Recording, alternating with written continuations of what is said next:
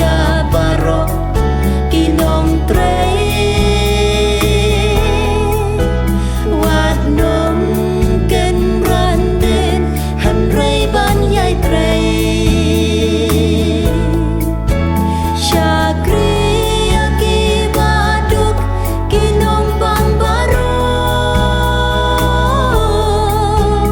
keleng rekasi janja wat hanong po ngem la klam na ja umma jing le pa jom mi ngem la klam na ja umma to play ka jing suk onon ring ka da yin jong pi ban yai don ring ka ma ki